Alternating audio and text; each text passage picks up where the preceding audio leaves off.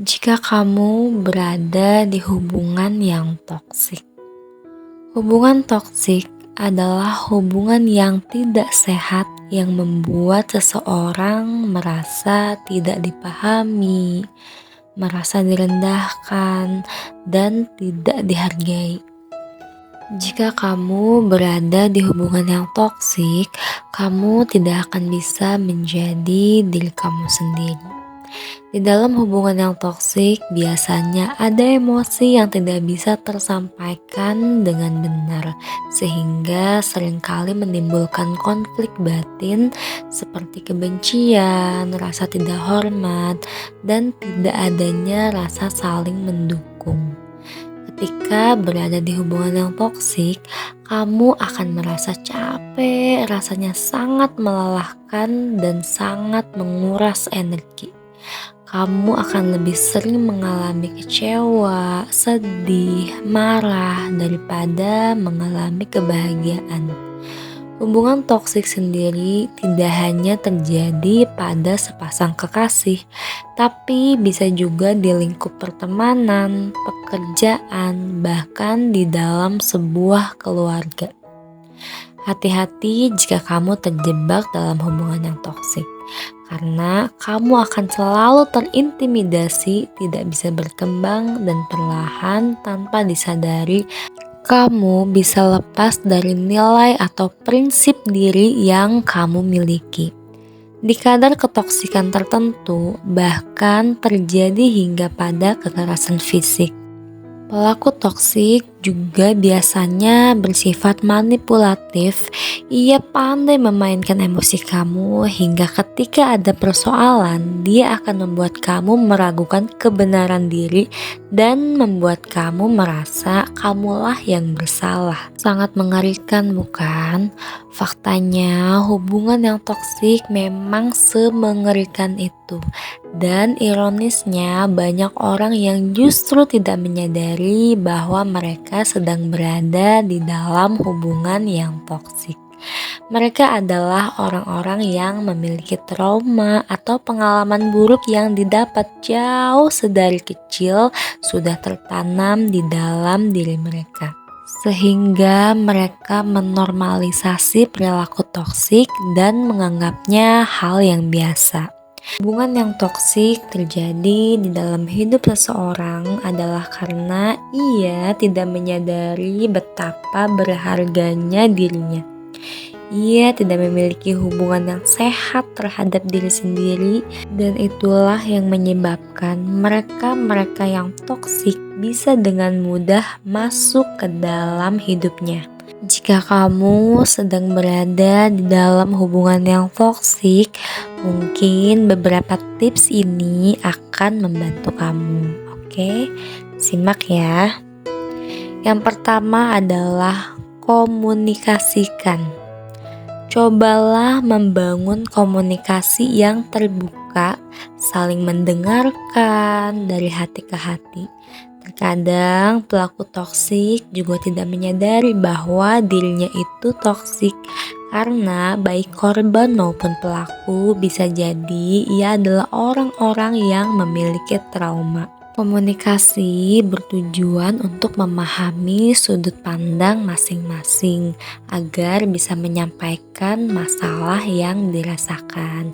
Bicarakanlah mengenai kebutuhan dalam suatu hubungan, tentang ketidaknyamanan, dan juga tentang batasan sehat dalam suatu hubungan, supaya bisa melihat kesalahan dan memperbaikinya bersama. Namun, jika komunikasi berjalan tidak mulus dan tidak adanya kesadaran dari perilaku toksik, maka sampaikan secara tegas tentang apa yang kamu inginkan, apa yang kamu rasakan, dan apa yang kamu pikirkan kepada pasangan. Sampaikan batasan kamu seperti apa kamu ingin diperlakukan dan ambil keputusan yang tegas. Lalu yang kedua adalah introspeksi diri. Ketika kamu mengeluhkan perilaku orang lain terhadap diri kamu, perlu kamu sadari pola hidup negatif yang terus-menerus berputar di dalam hidup kamu. Itu adalah cerminan dari bagaimana kamu memandang dirimu sendiri. Perasaan negatif seperti merasa rendah diri, merasa tidak berharga, caramu melihat dirimu adalah cerminan dari orang lain akan memperlakukan kamu.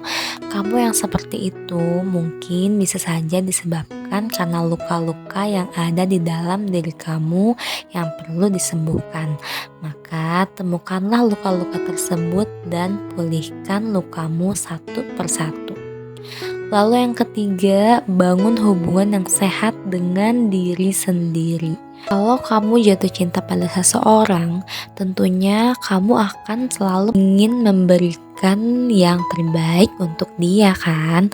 Kamu akan memperlakukannya dengan rasa cinta, dengan kasih sayang. Nah, lakukan hal tersebut pada diri kamu sendiri.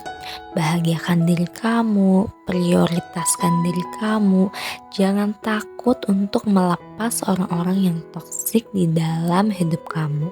Kelola emosi kamu dengan baik dan maafkan kesalahan-kesalahan kamu pada diri kamu sendiri di masa lalu. Lalu yang keempat, miliki tujuan hidup yang jelas. Orang yang berada di hubungan yang toksik biasanya cenderung mandek dan gak berkembang karena dia tidak punya kendali atas hidupnya sendiri dan takut untuk berekspresi. Memiliki tujuan hidup yang jelas akan membuat kamu jadi lebih terarah. Kamu jadi memiliki gairah yang positif untuk menjalani kehidupan dan fokus meraih impian kamu.